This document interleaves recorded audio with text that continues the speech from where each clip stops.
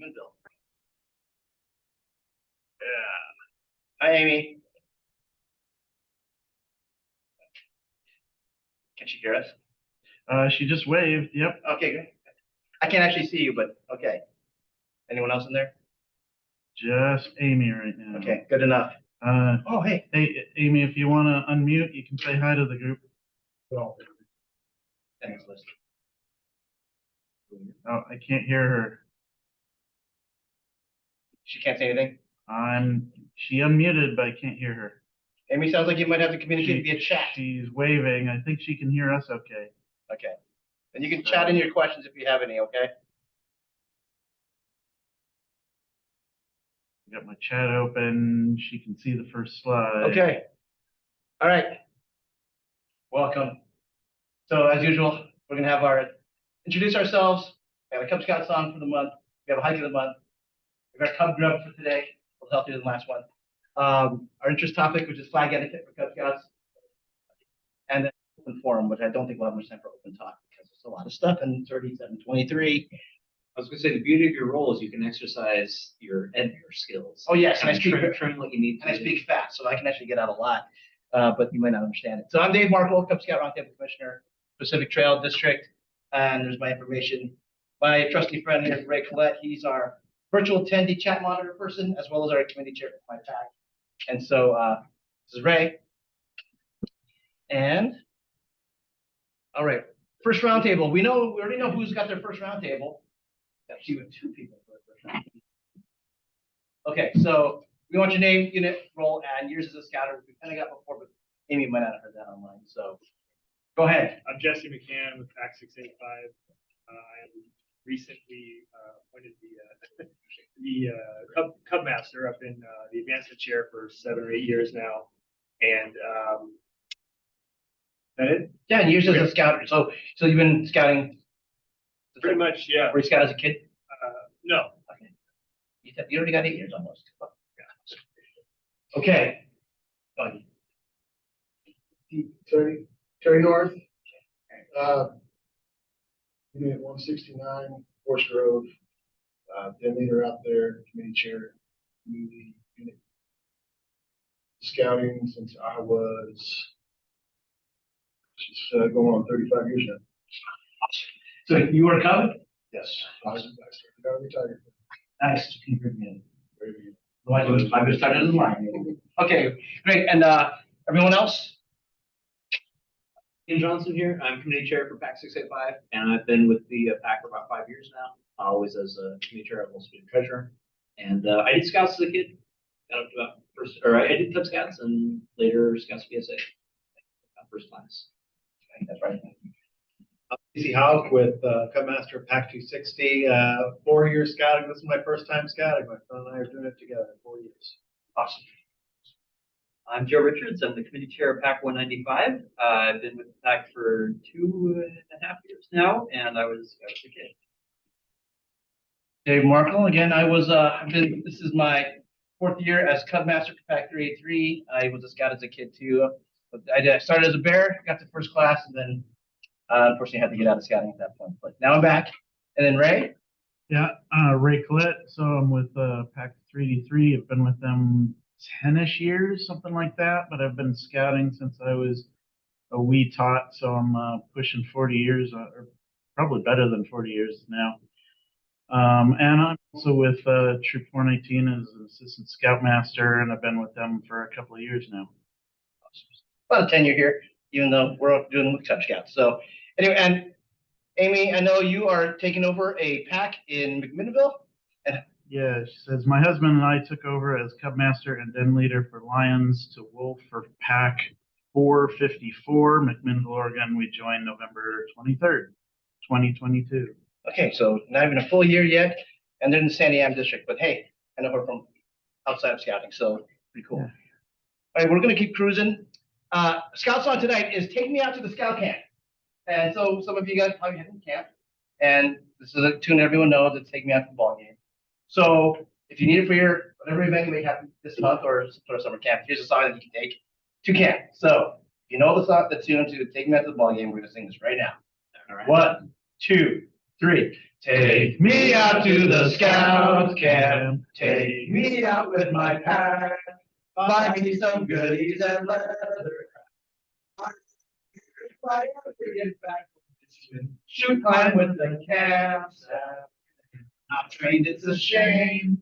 For it's 1, 2, 3 miles you hike at the old scout camp. Yay! All right.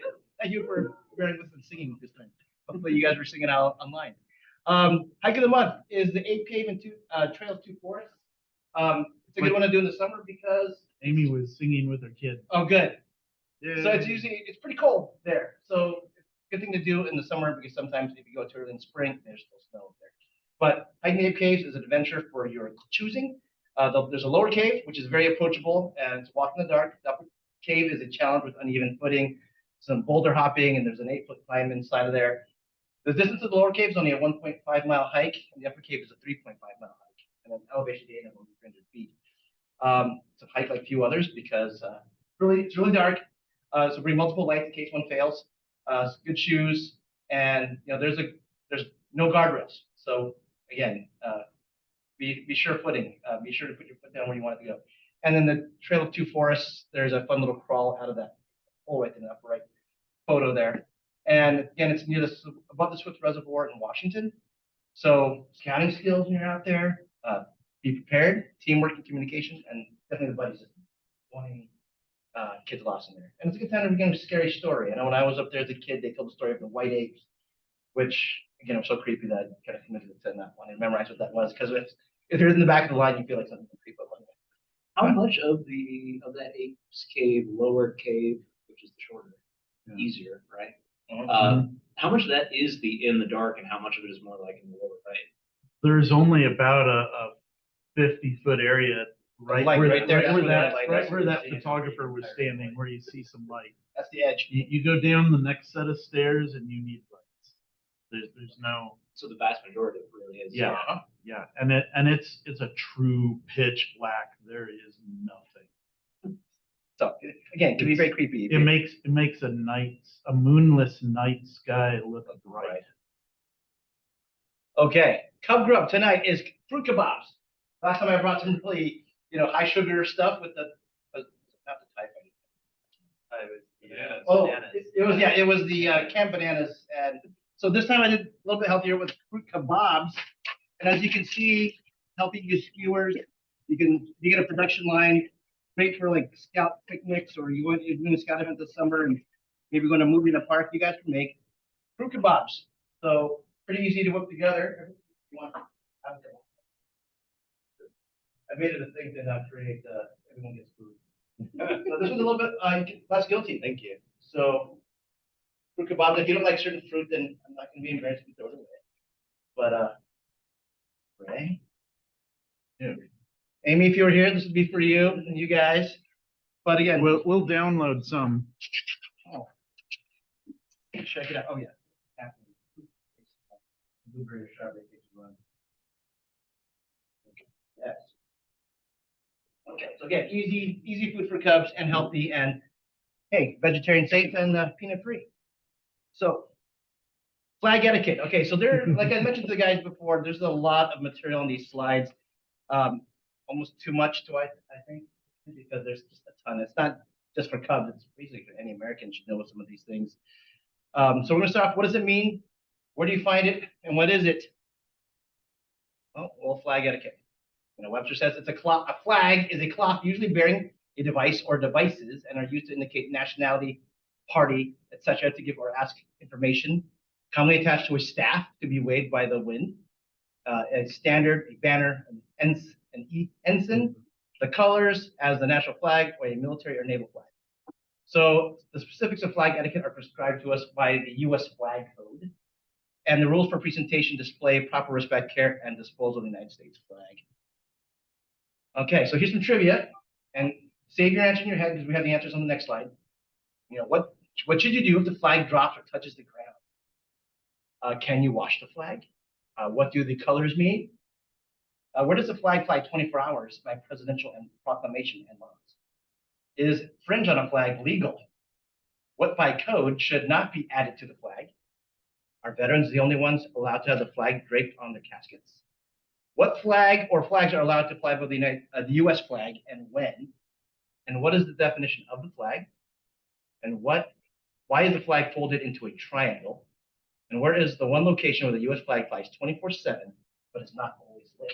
Dang, some of these are like Trivial Pursuit questions. I know, pretty good. So like I said, Mike, they put a lot of thought in this. I'm going to run with it. Oh, yes. You pick up your flag and do not let this happen. But it doesn't mean you have to actually retire the flag if it touches it. Of course, that'd be a lot of retired flags, especially with Cub Scout and kids. And yes, you can wash flags depending on the material. And flag code does not establish meaning to the colors, and so it's a tradition. So when we're saying the red stands for the blood, and the blue field stands for purity or whatever. I mean, those are all traditional. They're not mandated. So I guess however you want to determine what the flag colors mean, it's kind of a traditional meaning. And there's 8 places by law where I guess you fly the flag 24 hours a day, and many more as a patriotic gesture of custom. Yes, for indoor flags for ceremony use only.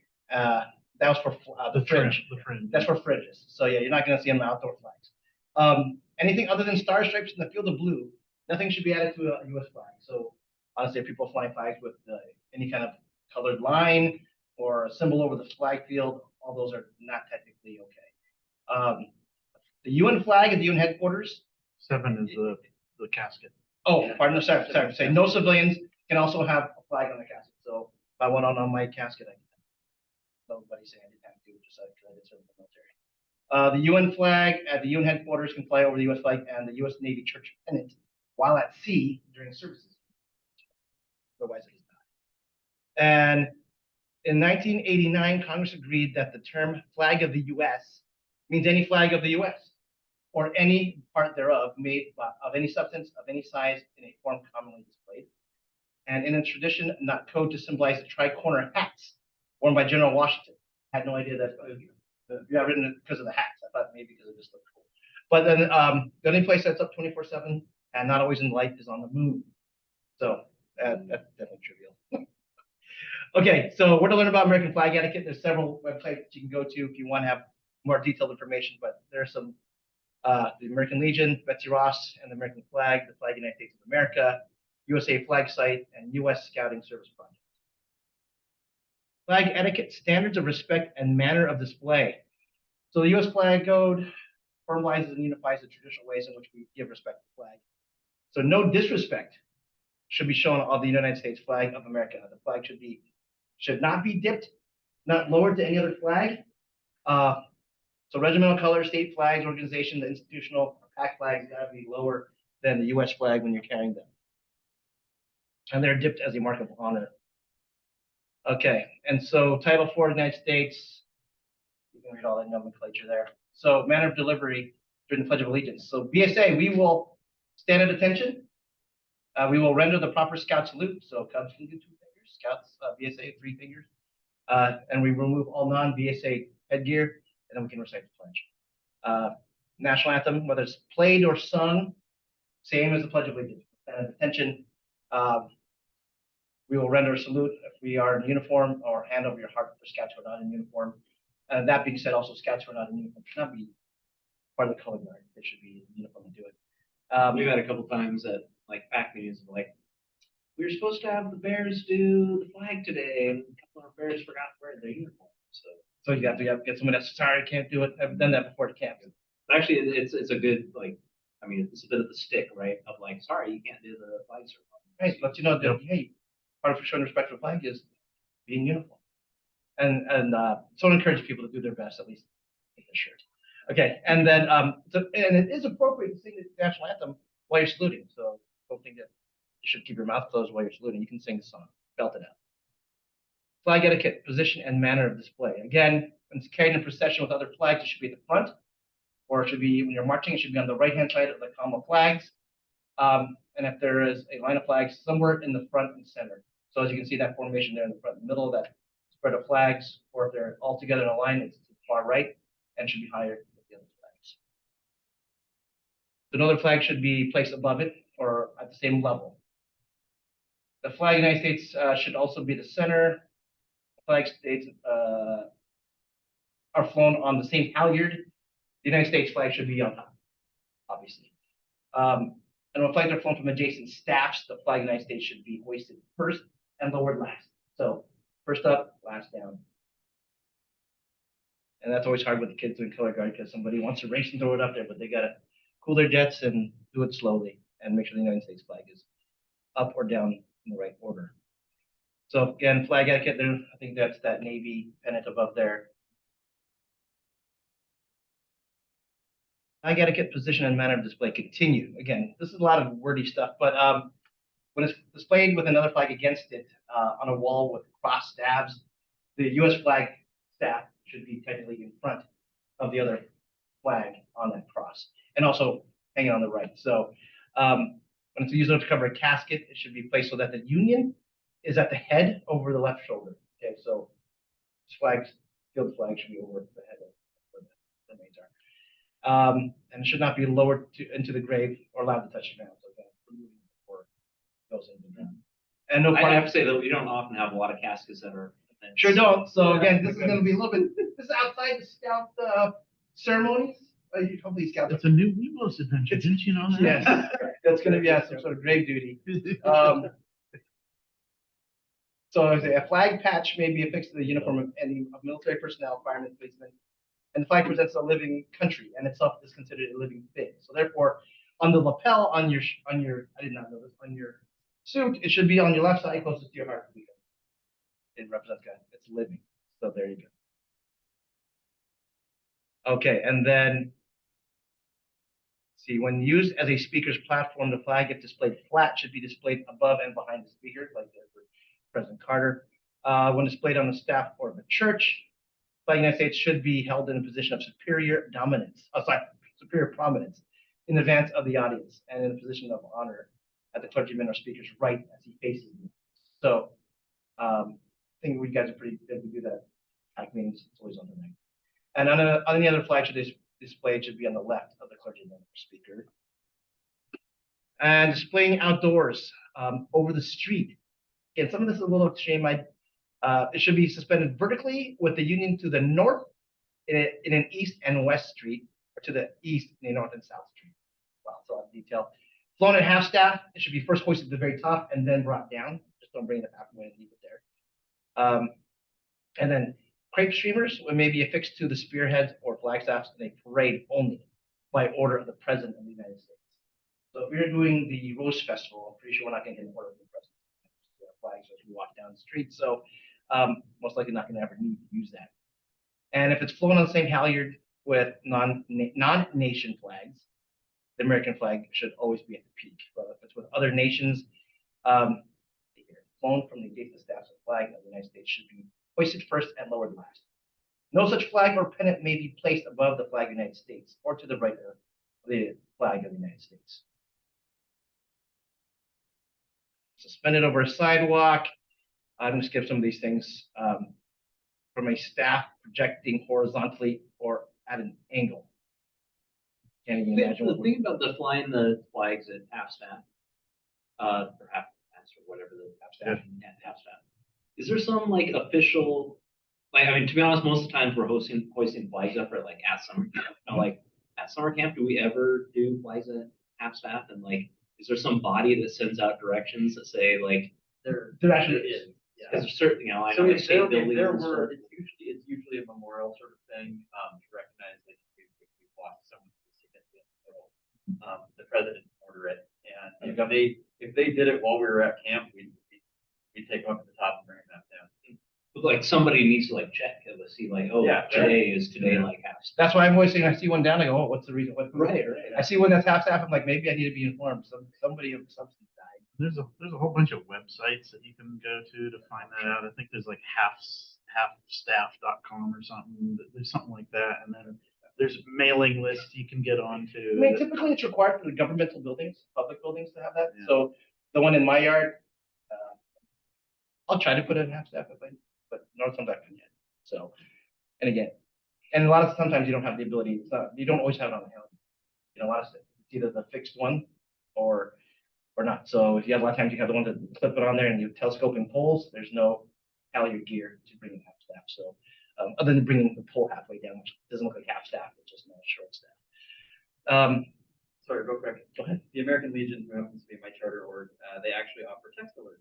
Text flags at 534466 and get alerted if you're supposed to have your ticket. Why not? Sounds cool. Right? I always wonder when it's happening. Displaying from sunrise to sunset on buildings or stationary flag staffs in the open for 24 hours if properly illuminated during darkness. So again, don't leave it up at night if you don't have lights on it. Flag should be raised briskly and lowered ceremoniously. The flag should also be displayed on days of inclement weather. Should not be displayed on days of inclement weather unless it's an all-weather flag, which most of them are. The flag should be displayed daily on or near the main administration building of every public institution. Flag should be displayed in or near every polling place on election days. The flag should be displayed during school days in or near every school. And I think there was a thing when some schools like stopped having flags or putting them up. So anyway, I like to see schools now. Days to display shown to be flown on all days, but especially in holidays. The flag should be displayed from sunrise to sunset on all days when the weather permits, especially on, again, every holiday that's on that list there. I'm not going to read them all. And state and local holidays, your state birthday, who knows Oregon, pretty easy. Valentine's Day. Valentine's Day is Oregon's birthday, so check it out. And then the flag code also contains specific instructions on how the flag is not to be used. It should never be dipped for any person. I think we've covered that pretty frequently here. It is flown upside down only as a distress signal. So the flag should not be used as drapery or covering a speaker's desk or draping a platform. For basically saying flag, we've seen a lot of flags that are turned into decorations, t-shirts, swimsuits, bandanas. Technically, these are all. You can print flag motifs on other fabrics, but if you take a flag and make it into a swimsuit, that's what's. Oh, is that what they're saying? For me, Yeah. I feel like the flag. It was under my impression that the flag image itself should not be used that way. You can use the flag image that way, but you can't really? take a flag and do this with it. So Oh no. that's the distinction. Okay, that's You good can to turn your flag into a token. shoot. Okay, I can't use it for a towel. Okay, But so if you go into Joann's and you find some pre-printed American flag then I can do that. material, then you can make your toga out. Okay, then that helps clear things up for me. I thought you couldn't do it at all with anything with flag image. Okay, so the flag should never be used as advertising for any advertising purpose. It should not be used. It should not be embroidered, printed, or otherwise impressed on such articles as cushions, handkerchiefs, napkins, boxes. So that's why I was curious about when I was finding it here. I don't know flags that would be small enough to be a hanky. So anyway, or at least to know that it's still a U.S. flag. And then flags should not be displayed on a float in a parade except from a staff or as provided in subsection I. Flag should not be draped over the hood, top, sides, or back of a vehicle or of a railroad train or a boat. When the flag is displayed on a motor car, the staff shall be fixed firmly to the chassis or clamped to the right fender. So, okay, so they put the flag in the right fender. There you go. And they have fringe on it outside. That's not a U.S. flag though. That's a Yeah. presidential seal. Oh, That's okay, presidential. no, the other one on the. The other Other one. one. The other The one other has fringe In the too. right fender Yeah. has a fringe. Oh my God. Boy. See, we just caught a violation by the Secret Service. As I say, not as I do. The flag should form a distinctive feature of the ceremony of unveiling a statue or monument, but it should never be used as the covering of the statue. And the flag should never touch anything beneath it, such as the ground, the floor, water, or merchandise. I don't know about using flag over stuff like that. And then a flag should never have placed upon it or attached to any mark, insignia, letter, word, number, figure, or drawing of any kind. Flag should never be used as a receptacle for receiving, holding, carrying, or delivering anything. And a flag should never be used to carry flat or horizontally, but always aloft and free. And should not be fastened, displayed, used, or stored in such a manner as to permit it to easily be torn, soiled, or damaged in any way. Flag ceremonies, okay. Opening and closing flag ceremonies. Many opening and closing flag ceremonies exist in scouting. Find one that you like and go with. Because you know, there's so many formations, different types of where you have your meeting that, depending on where your aisles of walking are, you can go whatever ceremony. Flag folding ceremonies, there's no official flags. There's no official flag folding ceremony. And there are several suggested scripts to be used during a flag folding ceremony. I've never seen one myself. I fold it, but never, because every fold has a meaning. It says it does not have a meaning. No, but well, there is a ceremony that has one. They talk about every fold meaning something. So I guess depends on what you want to go with. Just certain terms during flag ceremonies. There's the flag bearer, person actually carrying the flag. There's the color guard, which they're there to make sure it doesn't touch the ground, and the color guard commander, that we just call them the caller, is the color guard commander. Commander sounds way more cool. Yeah, I'm the color guard commander. Sounds like Cobra Commander. But so there's the caller. The caller is the commander. So I think my kids like to do it. My package, bringing it up. Hold it. Not to where.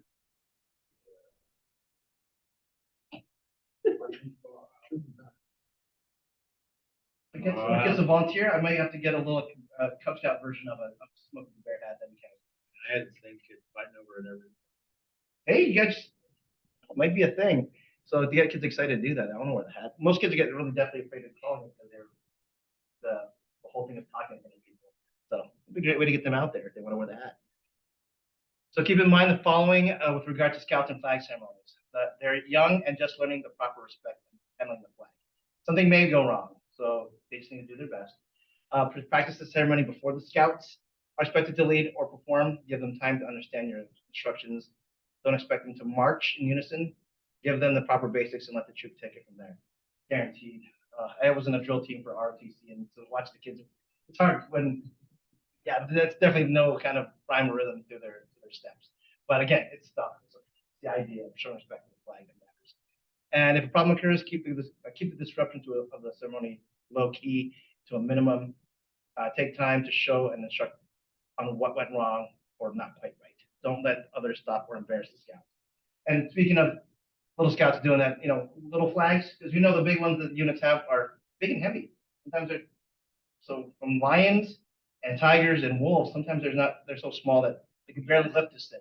So, like I invested in, we have a small one, like same size as a den flags, simple, but you can order a unit flag the same size as a den flag. So that way, when we have our lions and tigers do flag, they use the little version of the staff. And we already have the big one just out. So it makes it easier for them to participate, but not having to worry about carrying this really heavy staff. Scouts that are in uniform as you have available. Ask them to look at each other, check, making sure their uniform's tucked in, their neck tips are on, their collars are done right. Just have them care about how they look. Collars, your hats on or off. I try to get my kids to wear the whole uniform, including their hat. Neck tips, but kind of neck tips, sometimes they disappear because kids lose their slides. And, just do their best again with the uniform, but they need to be at least a shirt in order to participate in color guard. Explain the proper salute when in uniform or not. And this is a tough one for the kids. Get all kinds of things going on here, but elbows, that kind of thing. And I don't know about you guys, but your hat on, touch the bill of your hat, and if your hat off, touch the edge of your eyebrow there. So, so that's really the salute part. And flat, flat on your wrist. Straight wrist. Okay. And then do not use just reblows or older Scouts.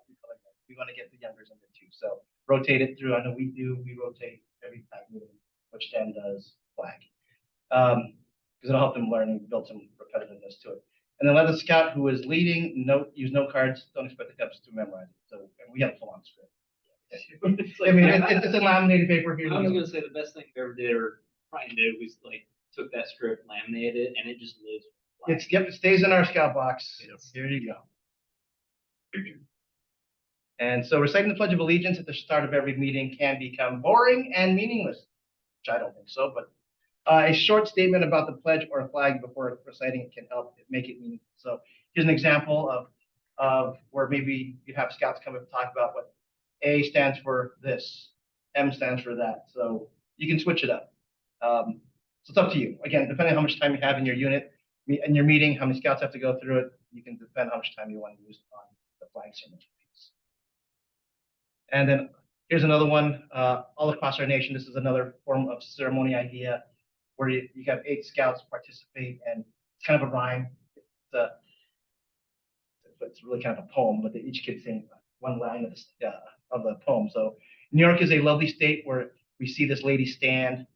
Michigan is a very great state. They make many cars for our land. Oregon is our own home state. We're proud of it in many ways. Texas is a Lone Star State, home to the Alamo. Alaska has been, so anyway, there's these different ceremonies that are on the slide deck if you want to mix it up and make something a little bit more meaningful. So again, you don't have to do that. And then the basic opening, another basic opening flag ceremony. This is basically the colors commands right here. And there's plenty of these online. Print it up, laminate it, and keep it with the kit. Okay.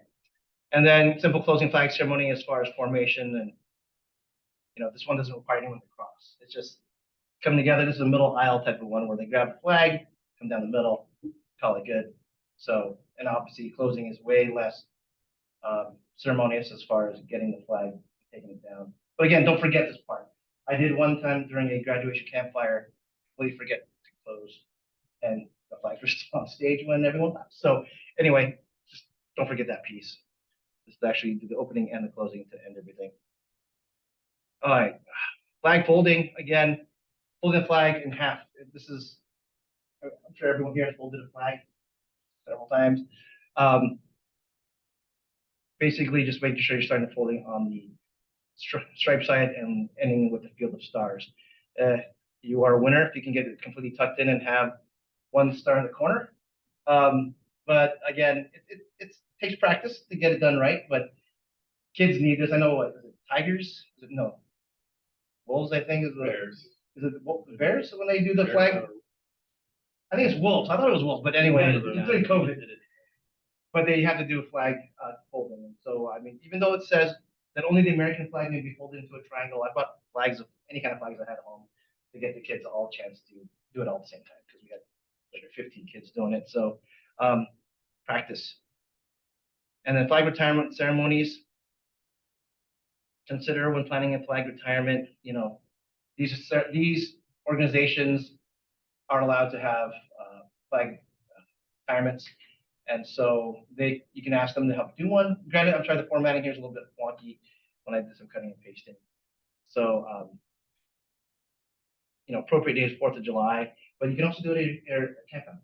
Anytime you have a camp out, you guys can do one because we are allowed to, and they don't have to be really ornate. Here's one. As long as proper respect is given to the flag and the sanctity of the ceremony. So utilizing a scout or leader color guard to present the flag. So, 2 scouts opening it up, showing the flag at least. There's different poems like Old Glory or Voice of the Flag. If burning, the flag should be opened and placed on the burning flame, or folded, or shredded prior to placing it on the fire. The space doesn't prevent the flag from being rolled. So, there could be some giant. And again, some flags like the nylon ones probably shouldn't be burnt because of the smoke that comes out. So usually cotton is the way to go. There are ones that are for the nylon ones you probably want to just shred or find a way to. They can actually bury flags. So, but yeah, they don't want to burn one that's going to cause a lot of bad smoke.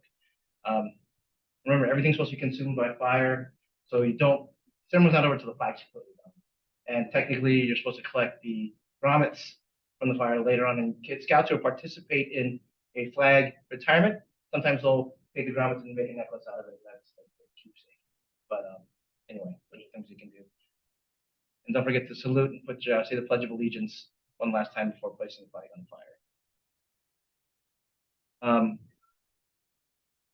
Chemical fuels and equipment, adult supervision, proper use of chemicals. Okay, remember the guide to safe scouting.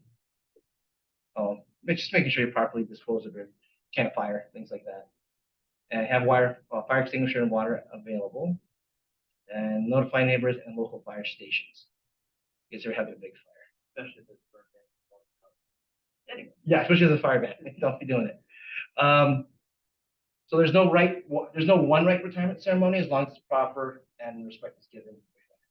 I think this looks familiar. Did we just do this one? Kind of a repeat. Okay, so here's another flag ceremony. very simple stuff. It's in the slide deck if you guys want it. So 10 basically things from this whole thing. Actually, real quick with the flag retirement, I heard there's like if a unit wanted to do one of these, that there's just like a bunch of extras that the council has that we just ask the office, or like where does one even get Flags, you mean? to retire? Well, gosh, some of these places collect flags and they have hundreds and hundreds. That's what I heard. That like Yeah, and our charter org is the American Legion. Oh, right. And so we're just like, hey, any spare flags or ones that are beaten up if you're, so. Find a VFW or something. No problem. I have 3 in my garage, you know, so I haven't been brave enough to actually do a ceremony, but I know I got to do it properly, so I haven't done it yet. So there's just 10 things to know about flag etiquette. So Amy said she has 2 boxes of them. okay, there we go. Amy said she'd bring some up from McMinnville. So Or, I mean, it's even an opportunity to go wandering around your neighborhood, right? The local community. well, you could make Ask it. people, You could make it a do you service have- project. Yeah, You know, just we're gonna do a flag retirement ceremony. We'll bring them, or do you have them? We'll take them.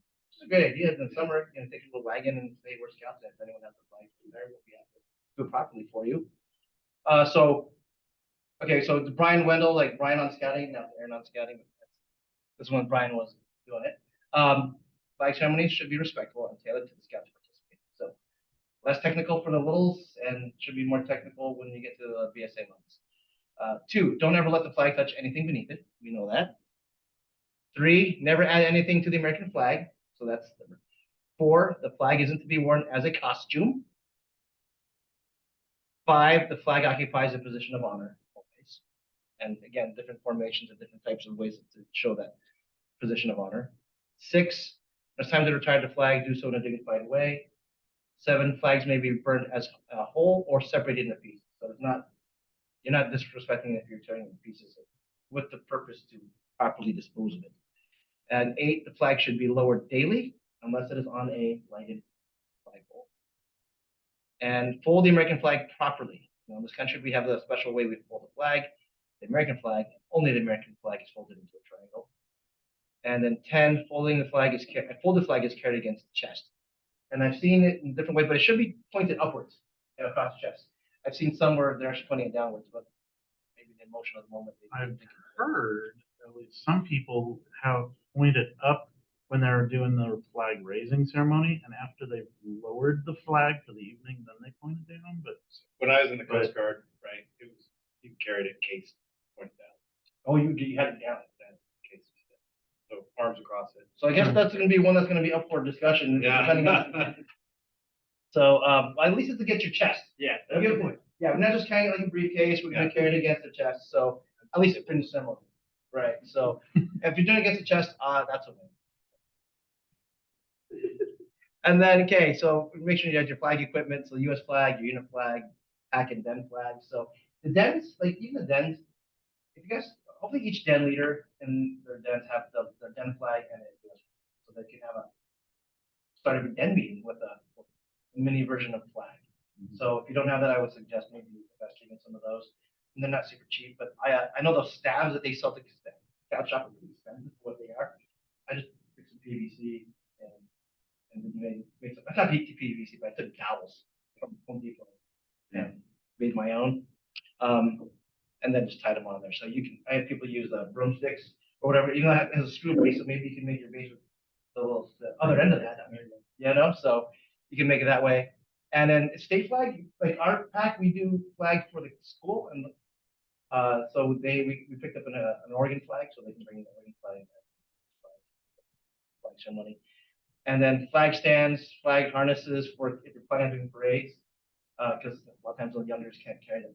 I wouldn't want to carry the flag for an entire parade either, so I would suggest getting harnesses. For the den flags, what have you guys done? We just have U.S. flag, pack flag, Oh, but so depending on the den leader, right? So I know that the den that my son's been in, and we always do flag. So we have a den flag with their den number on it. So you know they sell the den flags and they have a numeral at the scout shop that you usually put in the corner. And so even though we have mixed dens, next year we can have everyone with the same number. We had to split the female and male dens in our family pack because of the way it was handled before, but now we can actually have mixed gender dens now, so we can just have one number. But you know, we just have I have the flags for all the dens that I use for ceremonial reasons for like our graduation campfires and things like that. But I don't expect, I'm not going to impose upon the den leaders that you have to do the flag. But at least if I'm associated with the den, kids have done flag because my daughter's den, I sent my wife with the flag and the little flags that are behind me, those ones, and they can do it. So my daughter's a tiger. So you don't have to, but I think it helps create some muscle memory around doing flag, even if you start your den meeting and give them a chance to lead it. So again, it's not a requirement. And so you see they sell numerals, they put one on either side of the flag. I got extras at my house. People want that, please. So when you say, so you have each den do it, or are you talking each? Each den, our dens meet separately, and then we have a pack meeting. So I encourage the den leaders whenever they have their little. Yeah, we typically meet as pack first and then we split up. Oh, okay. So it depends on how you guys do your meetings. Our packing is just a pack meeting, and then our dens have their meetings various, because we always said, depending on the volunteers, the leader who volunteered to be the den leader gets to determine which day they meet, if they're higher ranks, maybe twice a month, because okay, whoever steps up to lead will determine that. So, and we only have a certain amount of time at the school, so we don't tend to have too long. I mean, it's expensive.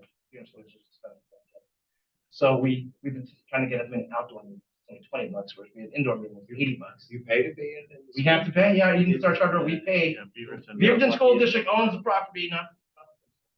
So we have to pay. So we split. We do it differently depending on how you guys work. If you have pack meetings and den meetings the same block of time, but different times, then yeah, maybe only need all flags only be done once.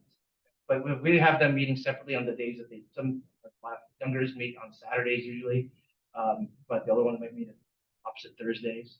You know, some people have siblings that are in BSA units. Most of the dens avoid Mondays, but things will be BSA night. And we got parents who are in multiple roles in different units. So again, ours are all mixed. Ours are all split. So every den can have their own flag. And so Amy asks if people create a new den flag each year, or if they continue the same den flag throughout the life of the den. okay, so the den maintains the same numeral in Scout Book from beginning to end. So if they're den 1 as Lions, they'll be den 1 as Weeblos. So the Cub Scouts, because we're not doing patrol method yet, tend to have just den, the Cub Scout flag, and the den number is really the only demarcation of the den.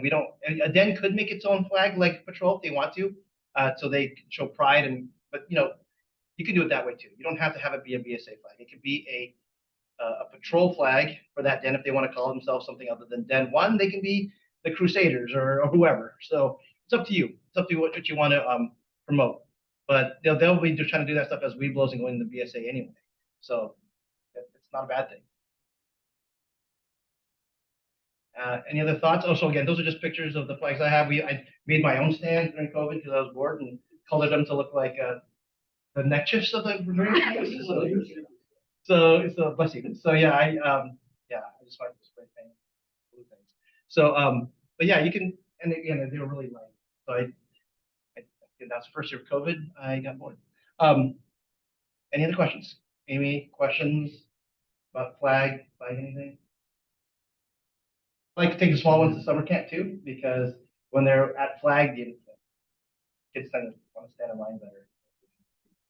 So anyway, just creating something that they can get behind and show themselves as a unit. And any other topics? Because technically this is our last roundtable until I think we get 1 month off. I think we don't do a July one. So anyone has any topics they want to talk about in August other than fall recruitment? Doing summer recruitment. Well, any day is a good time to recruit. Sounds like better to do it now so we can get into Yeah, right. That's my new pitch. the cheaper enrollment. But yeah, so thank you guys for coming because I appreciate being in person. I'm trying to get more people to come in person, but we know with youngers, as long as you don't have anyone else at home to watch the kids, they tend to stay home. So it's kind of, if you can not get out here. Several of my other leaders really appreciate it. Yeah. So, well, the gift of COVID taught us that. But they miss the snacks. They do miss it. Yeah, they do miss out on snackage. But so yeah, and then that's kind of like, yeah. So other than that, guys, appreciate it. Thank you for your time volunteering. Thank you for joining us from another district and from afar, Amy. And we'll see you next time. So, thanks, Dave. Hey, did everyone fill out the thing? Yes. I got all 5 of them. So appreciate you guys. And hey, thanks for taking the lead on. We have multiple. Can I get you wearing multiple hats or everyone else wearing multiple hats? Oh, keep it on. We have an ongoing. Any more food? Did anybody get yours? Is You know?